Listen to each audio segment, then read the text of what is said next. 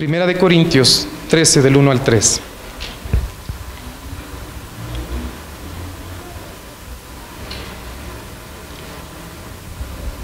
La palabra del Señor dice: si yo hablase lenguas humanas y angelicales y no tengo amor, vengo a ser como metal que resuena o címbalo que retiñe.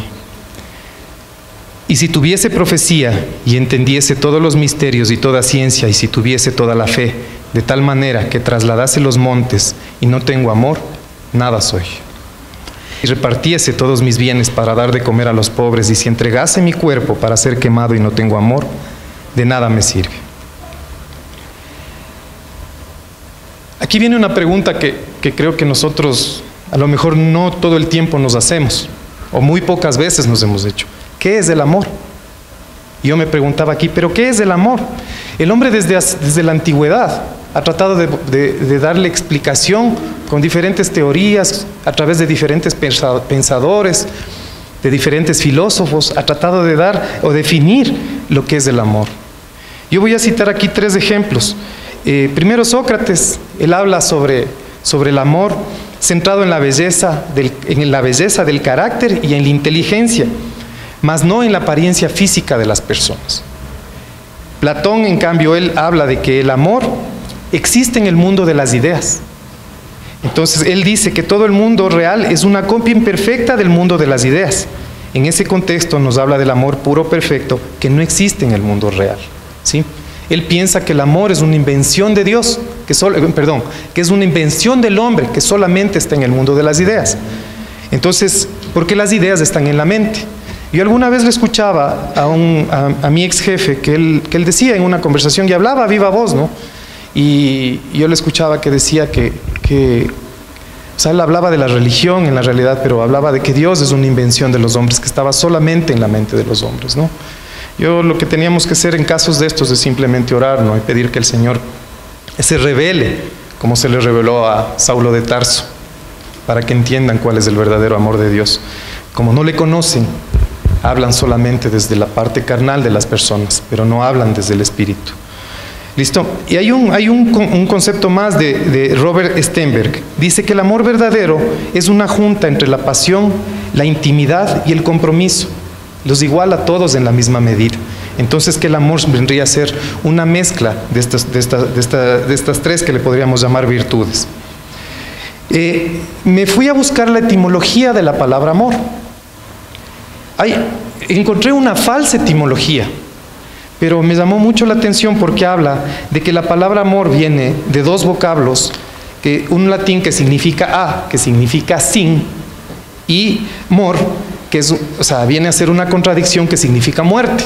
Entonces, este concepto, esta etimología falsa viene a significar sin muerte. Pero yo me propuse hacer como me llamó tanto la atención, me propuse hacer un silogismo respecto a esto.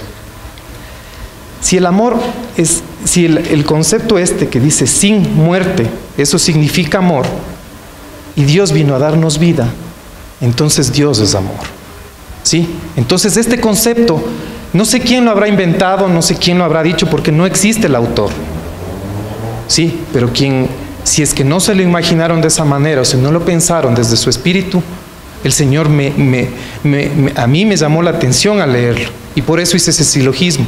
Entonces, al ser sin muerte, cuando Dios es vida, y Dios vino a salvarnos de la muerte eterna, a darnos vida eterna, entonces Dios es amor, ¿sí? Ya. También nosotros había revisado yo que en la antigüedad, en un cierto momento, en el medioevo, trataban de darle la explicación del concepto, de la etimología de la palabra amor, que es lo contrario a Roma, justamente porque es leído al revés. Pero hablaban, ¿por qué? Porque Roma era justamente todo lo que estaba relacionado o derivado de lo perecedero y de lo corrupto, ¿sí? Entonces, amor era todo lo contrario a lo que se conocía como lo que era Roma, ¿sí? Ahí el autor hacía una sugerencia de que nosotros entendamos qué era Roma en la antigüedad, qué era Grecia en la antigüedad, cuando nosotros les llamamos a ellos cuna de la civilización. Sin embargo de eso, los valores que ellos predicaban no eran los valores que Cristo vino a predicar cuando vino a la tierra hecho hombre. Ya buscando etimológicamente el significado de amor, llegué a una conclusión en la realidad, porque encontré que viene del castellano antiguo, amor, del latín amore, que significa amor, y derivado del verbo amo o amare, que significa amor. Entonces, etimológicamente la palabra amor viene de amor. Entonces, es una paradoja en la realidad aparentemente que el amor significa amor. ¿Y saben por qué yo entiendo que esto es así? Porque a lo mejor nosotros siempre hemos buscado darle un concepto humano al amor. Y el amor no es humano, sino es divino. Entonces nosotros por eso no podemos entender lo que es amor. Y hablamos del concepto de amor como amor y no entendemos lo que las 4 palabras significan. ¿Sí? Más adelante vamos a ir analizando un poco más y vamos a ir entendiendo un poco más esta parte de aquí. Las humanidades nos dicen que el amor es un sentimiento afectivo de atracción, unión y afinidad que se experimenta hacia una persona, animal o cosa. ¿Sí? Entonces hablamos y no hace distinción el amor, no hace distinción de lo que la Biblia nos llama a saber qué es el amor, ¿no? Puede ser el amor tanto a las cosas como a los animales, como a las personas. No hay una distinción según las humanidades, según el humanismo, que es lo que este momento está predominando el mundo. El yo, la cultura del yo, la individualidad. Cuando estamos viendo, cuando el concepto que nos enseñan en la academia es que el núcleo fundamental de la sociedad es el individuo. Lo que yo quiero, lo que yo pienso, lo que yo deseo, eso hago. Si tengo ganas de hacerlo, lo hago. Sí, pero nos estamos olvidando que hay un núcleo fundamental, sobre todo incluso en nuestra sociedad, en nuestro país, que la Constitución contempla que nuestro núcleo fundamental es la familia, ¿no? Listo. Entonces, ahora vamos a las escrituras en la realidad. Las escrituras en la mayor parte fueron escritas tanto en hebreo como en griego, ¿sí?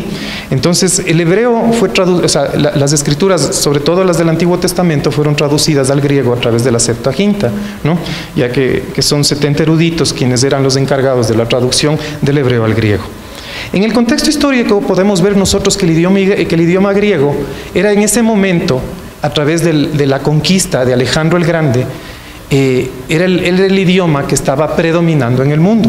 Entonces Dios utilizó justamente ese tiempo y ese idioma para que a través de él se pueda llegarse con la palabra a la mayor cantidad de gente, ¿sí? Al igual que se utilizó también a Roma. Roma, ¿qué hizo? Aparte de dar seguridad, de tener un ambiente estable para la venida de Cristo, también, ¿qué es lo que pasó? Construyeron carreteras por donde los apóstoles pudieron caminar y llevar el evangelio y fundar iglesias en la mayor parte del mundo conocido en esa época, ¿sí? Entonces, basado en esto, vamos a ver ahora cómo el griego define lo que es el amor. Entonces, el griego, en la realidad, utiliza 4 términos para el amor. Utiliza el eros, que es el primero. El eros, en un concepto en sí, es un amor intenso, carnal y generalmente efímero, ¿sí? Tiene que ver con la idealización del momento, detonada por la pasión y el impulso y el deseo carnal. El eros es en esencia sexual, es el motor básico del sexo casual, infidelidades, etc. Bueno, esa es una pequeña aclaración que hace el autor. Pero nosotros sabemos que el eros es un amor físico, ¿sí? Es ese amor físico, es ese amor que nos atrae a través de los sentidos, de los sentidos. Es ese amor que se preocupa solamente de eso, ¿sí? Que no va más allá. Entonces, bueno, posterior vamos a ver por qué el amor no tiene que ser físico, ¿ya? Hablamos también de otro amor que se llama el estorgé, ¿ya? Aquí, después de un tiempo, se elimina este estorgé y se le fusiona con el filia, pero dentro del concepto de griego hablamos del estorgé, que es un amor fraternal, comprometido y duradero.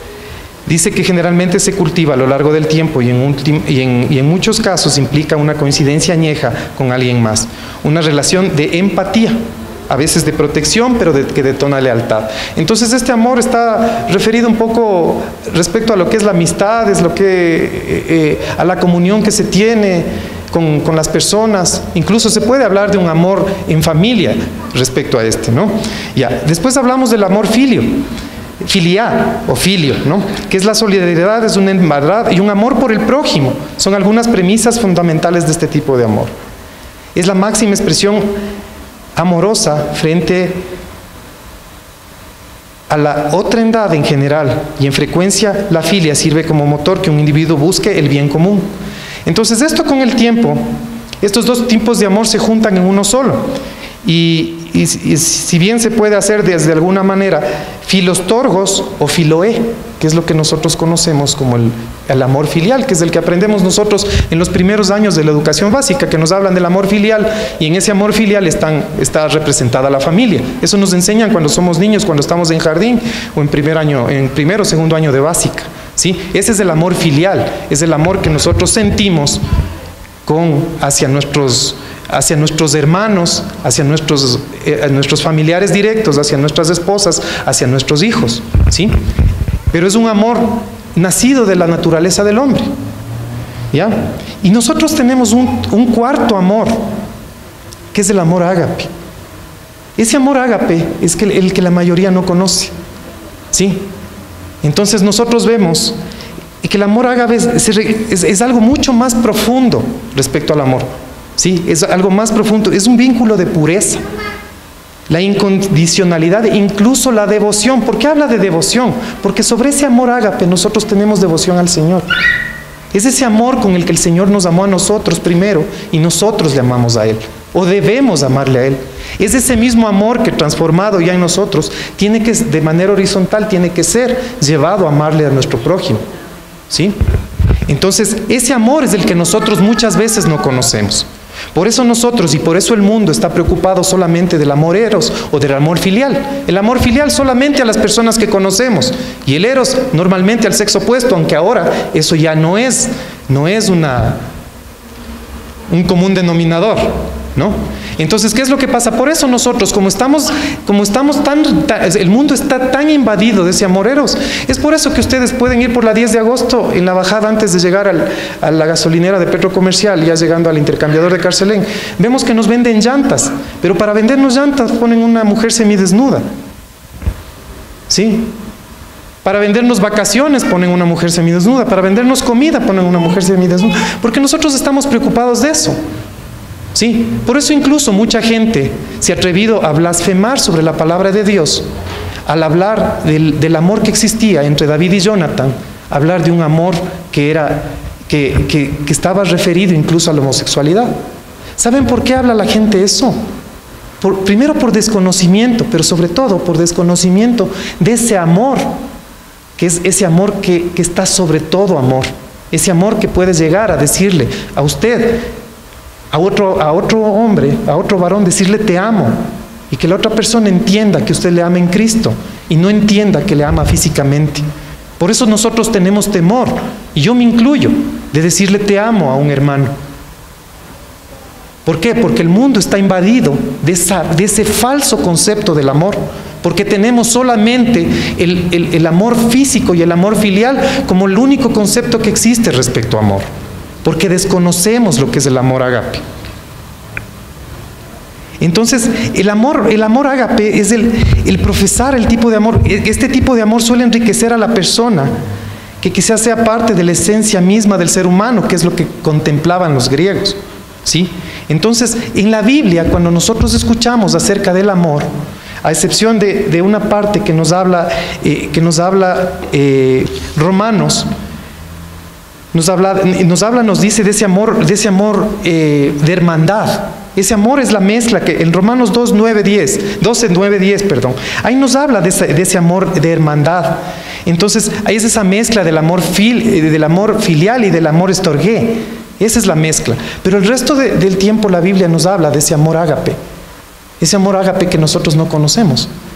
Ese amor ágape que es el que nos lleva a amarle no solo a nuestro prójimo, sino a nuestro enemigo. El amarle al que nos hace daño, el amarle al que nos debe, el amarle al que nos roba, ¿sí? El amarle al que nos insulta, al que nos hace mal, ¿sí? Entonces, vamos a leer ahora 1 Corintios 13, del 4 al 8. Es la continuación de lo que habíamos leído. Ahí nosotros vamos a percibir qué es lo que Pablo nos empieza a nosotros a decir respecto de lo que es el amor. ¿Sí?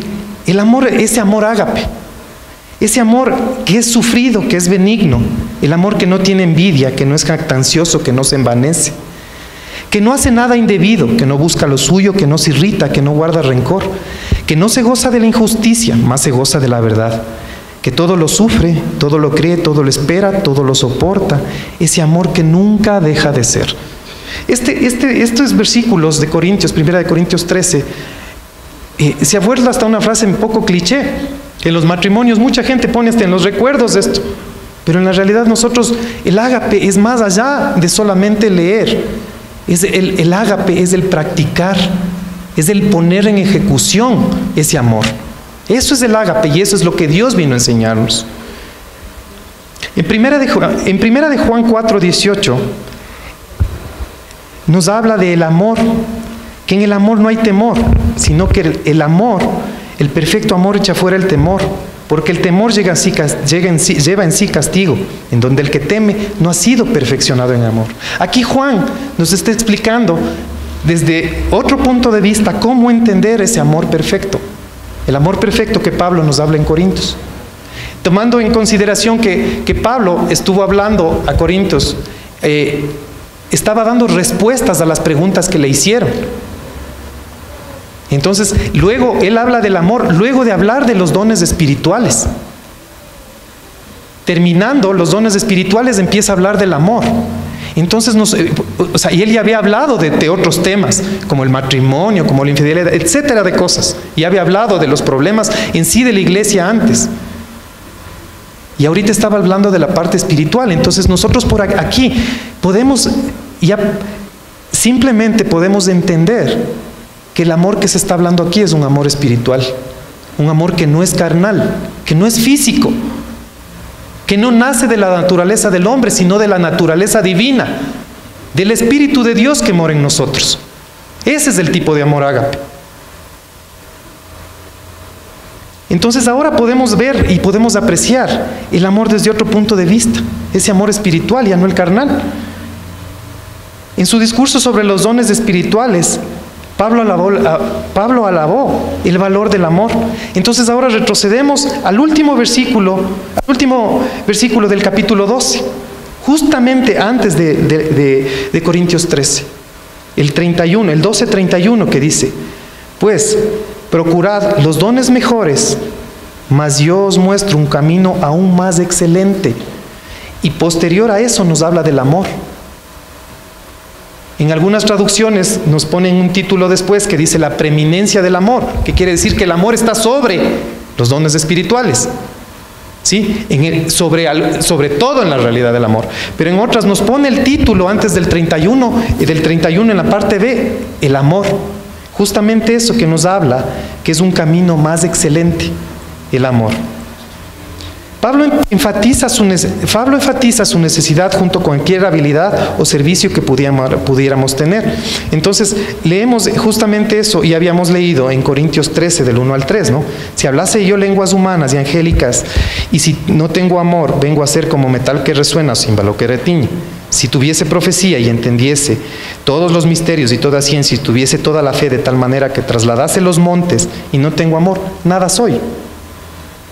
Y si repartiese todos mis bienes para dar de comer a los pobres, y si entregara mi cuerpo para ser quemado, y si no tengo amor, de nada sirve. Al explicar la preeminencia superior del amor sobre los dones espirituales, que es lo que habíamos visto, por eso muchos le ponen el título. Justo el pastor nos había hablado este domingo que los títulos son simplemente que los traductores le ponen como para que nosotros entendamos. Pero el traductor aquí sí entiende lo que habla el amor. Que el amor está sobre los dones, que no sirve de nada los dones si no tengo amor. Entonces, él alaba su valor aún sobre la fe y la esperanza, virtudes que permanecen por ellas mismas. Sin embargo, el amor es mayor que estas virtudes. Esto está en 1 Corintios 13:8. El amor nunca ha de ser, pero las profecías se acabarán y cesarán las lenguas y la ciencia acabará. Ahora viene 1 Corintios 13, dice, y ahora permanecen la fe, la esperanza y el amor, pero de todos ellos mayor es el amor. Ya, ¿qué motivo? Ahora yo voy a hacer algunas preguntas. ¿Qué le motivó a Dios para salvarnos? ¿Cuál fue la motivación de Dios para salvarnos? ¿Saben cuál es la respuesta? Es esa. La respuesta es el amor. ¿Sí? Debido al amor por el mundo, ¿Dios qué hizo? Como está escrito en su palabra, en Juan 3, 16, 17, nos dio a su Hijo por amor. Le pregunta, ¿nosotros estaríamos dispuestos a dar la vida de nuestro Hijo por un tercero? Muy difícilmente. Entonces, no entendemos el tipo de amor de Dios. Él sí lo hizo. O sea, no estuvo dispuesto, sino que lo hizo. ¿Sí? En Juan 4, en 1 de Juan 4:9 nos dice también algo referente a esto. Nos dice, en que en esto se mostró el amor de Dios para con nosotros, en que Dios envió a su Hijo unigénito al mundo para que vivamos por Él. Ya. La magnitud del amor de Dios es visto cuando consideramos lo que fue expresado mientras éramos pecadores. En Romanos 5:8 dice, mas Dios muestra el amor para con nosotros, en que aún siendo pecadores, Cristo murió por nosotros. ¿Sí? ¿Qué motivó a Cristo entonces para morir por nosotros? El amor. Ese amor que no entendemos. El amor del Padre hacia el Hijo motivó que el Hijo nos amara. Eso está en Juan 15:9. Tal amor motivó a Cristo a morir por nosotros. Y ahora nosotros, ¿qué nos va a motivar para vivir por Cristo? Ese mismo amor. Ese amor que podemos empezar a entender. El amor de Cristo impulsó a Pablo a vivir por Él. En 2 Corintios 5, del 14 al 15, ahí nos dice, porque el amor de Cristo nos constriñe, pensando en esto, que si uno murió por todos, luego todos murieron. Y por todos murió, para que los que viven ya no vivan más para sí, sino para aquel que murió y resucitó por ellos. La vida de fe de Pablo fue así influenciada por el amor de Cristo hacia él. En Gálatas 2:20 podemos ver que con Cristo, nos decía Pablo, que con Cristo juntamente crucificado, y ya no vivo yo, mas Cristo vive en mí. Y lo que ahora vivo en la carne, lo vivo en la fe del Hijo de Dios, el cual me amó y se entregó a sí mismo por mí. ¿Qué nos debe motivar a amarnos unos a otros, entonces?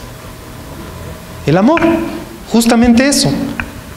¿Ya? Entonces, ¿qué dice? El amor de Cristo debe inspirarnos a amarnos unos a otros.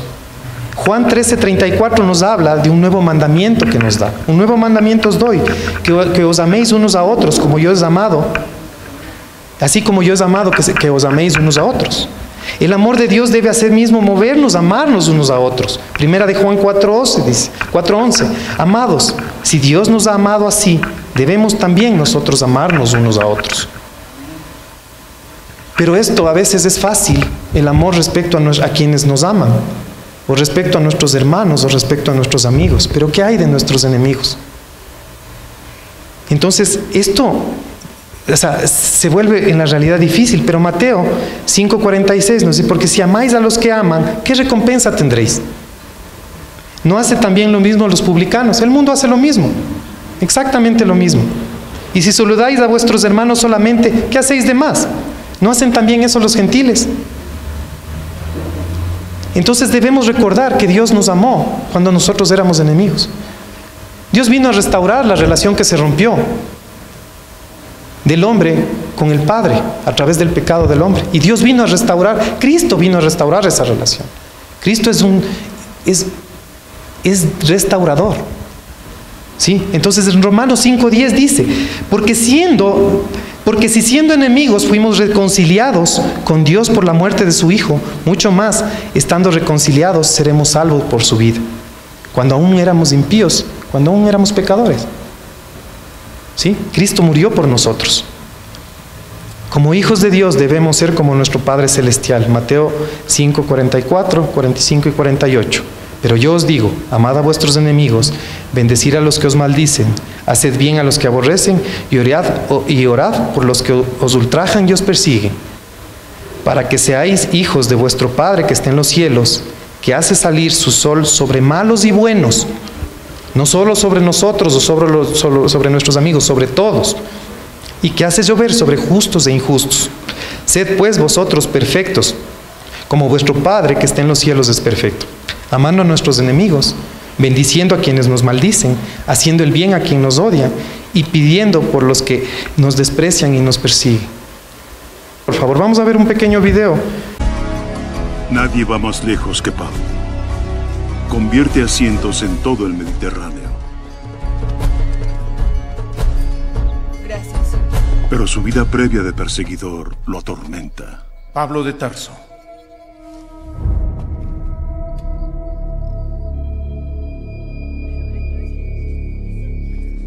Sí, sabemos quién eres. ¿Es el asesino? Que se largue. No quiero dañarlos. Tengo amigos en Damasco.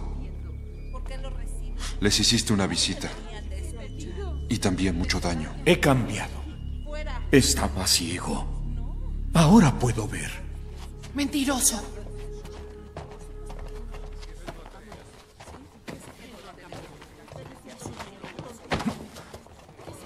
Hice lo que hice porque estaba seguro que estaba en lo correcto, que sabía lo que Dios quería. Como ustedes están seguros ahora. Pero luego Jesús vino a mí. No con justa ira ni para juzgarme, sino con amor.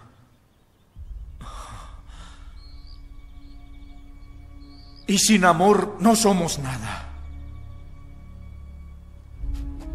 El amor es paciente. El amor es comprensivo. No es celoso, no aparenta, ni presume. Es cierto, tienes razón. No recuerda lo malo. Goza en la verdad. Perdura a pesar de todo. Lo cree todo, lo espera todo y lo soporta todo.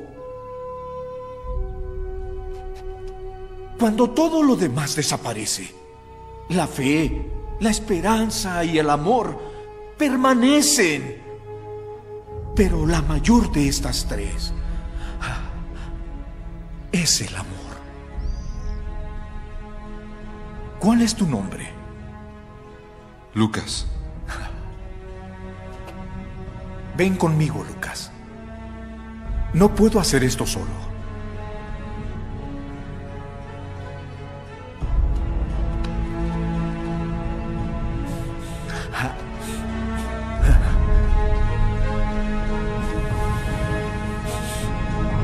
Lo que podemos ver aquí nosotros y está expresado en la palabra en 1 de Timoteo 1, del 12 al 16. Doy gracias al que me fortaleció, a Cristo Jesús nuestro Señor, porque me tuvo por fiel poniéndome en el ministerio.